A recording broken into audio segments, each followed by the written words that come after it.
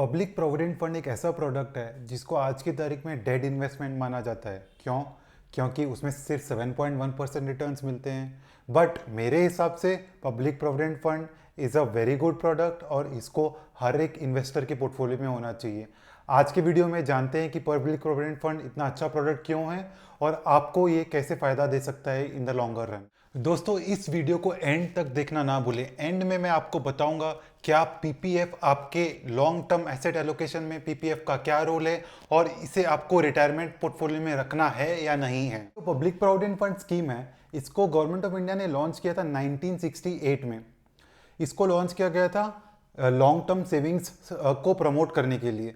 आप सोच रहे होंगे पीपीएफ में कैसे इन्वेस्ट करना चाहिए, लमसम करना चाहिए या एसआईपी मॉडल में करना चाहिए। तो पीपीएफ में आपको आप एक साल में 12 बार आप डाल सकते हैं पैसे।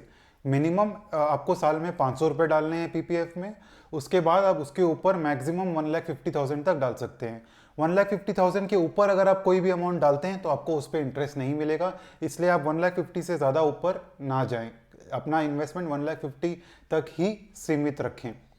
उसके अलावा आपको इतना ध्यान रखना है कि अगर आप से फॉर एग्जांपल अगर आप अप्रैल 2022 में इन्वेस्ट करने वाले हैं तो आपको इतना ध्यान रखना है कि आप 5 अप्रैल 2022 से पहले इन्वेस्ट कर लें, सो दैट आपको जो अप्रैल महीने का जो इंटरेस्ट है वो आपको मिले। अगर आप 5 के बाद इन्वेस्ट करते हैं तो आपको अप्रैल महीने का इंटरेस्ट नहीं मिलेगा, मई के महीने से आपको इंटरेस्ट। पीपीएफ का एक और फायदा ये है कि आप पीपीएफ के इन्वेस्टमेंट्स के अगेंस्ट सेकेंड ईयर से लोन ले सकते हैं और 7th ईयर से अगर आपको प्रीमेच्योर विड्रॉवल करना है किसी कारणवश तो वो भी कर सकते हैं।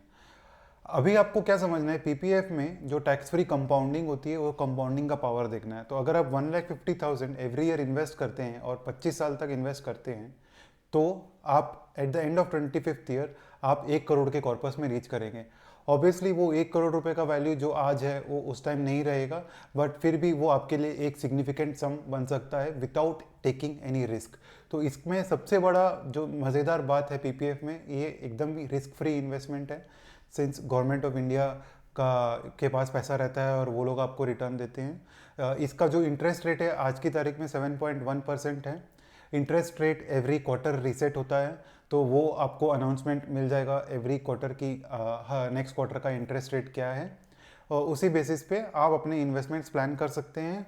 बट आइडियली हर इन्वेस्टर को पूरा 1.5 लाख रुपए अगर पॉसिबल है उनके लिए तो इसमें डालना चाहिए। वो 2 चीज़ें और जो आपको जाननी चाहिए पीपीएफ के बारे में, उसमें से पहली चीज़ ये है कि अगर आपने इंडिया में as an Indian resident PPF account खोला है और उसके बाद अगर आप एनआरआई बन जाते हैं तो उस केस में आपका पीपीएफ अकाउंट पे आपको जो पीपीएफ का इंटरेस्ट रेट है वो मिलना बंद हो जाएगा, आपको सेविंग्स इंटरेस्ट रेट ही मिलेगा।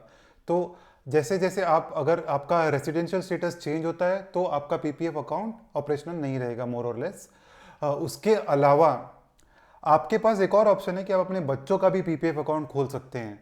एज उसमें आप गार्डियन रहेंगे और जो प्राइमरी होल्डर रहेगा वो आपके बच्चे रहेंगे। बट इसमें एक चीज़ ध्यान रखना ही बहुत ज़रूरी है कि आपका और आपके बच्चे का कंबाइंड लिमिट, जो एनुअल कंट्रीब्यूशन का जो कंबाइंड लिमिट है वो 1.5 लाख से ज़्यादा नहीं होना चाहिए। तो ऐसा नहीं है कि आप 1.5 लाख रुपए अपने अकाउंट में इन्वेस्ट कर सकते हैं और अपने बच्चों के अकाउंट में अलग से 1.5 लाख कर सकते हैं, वैसे आप नहीं कर सकते। टोटल इन्वेस्टमेंट जो है वो 1.5 लाख तक ही सीमित रखें। दोस्तों, अब आते हैं सबसे मज़ेदार एस्पेक्ट इस वीडियो का।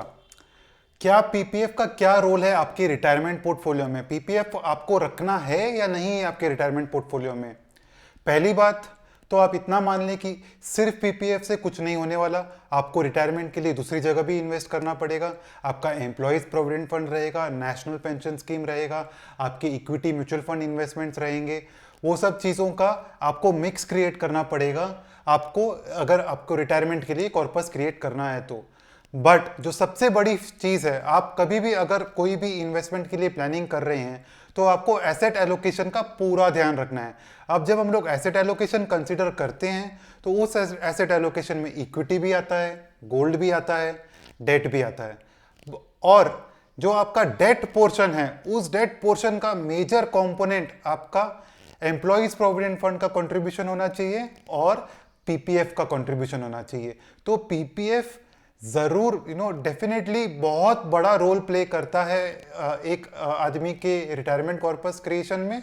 बट जैसे जैसे आपकी इनकम बढ़ती है, आपके इन्वेस्टमेंट्स दूसरी जगह ज़्यादा हो जाते हैं और पीपीएफ का अमाउंट छोटा लगने लगेगा। बट आपको इतना ट्राई करना है कि आप मैक्स आउट करें अपना इन्वेस्टमेंट, 1,50,000 रुपीज़ हर साल डालें, हो सके तो 5 अप्रैल से पहले डालें, सो दैट आपको पूरे साल का इंटरेस्ट मिले और आप उसको रिडीम करें 30-40 साल बाद, जब आपका कंपाउंडिंग के बेनिफिट्स आप देखें और आप एंजॉय करें। Hello friends, I hope you enjoyed the video today.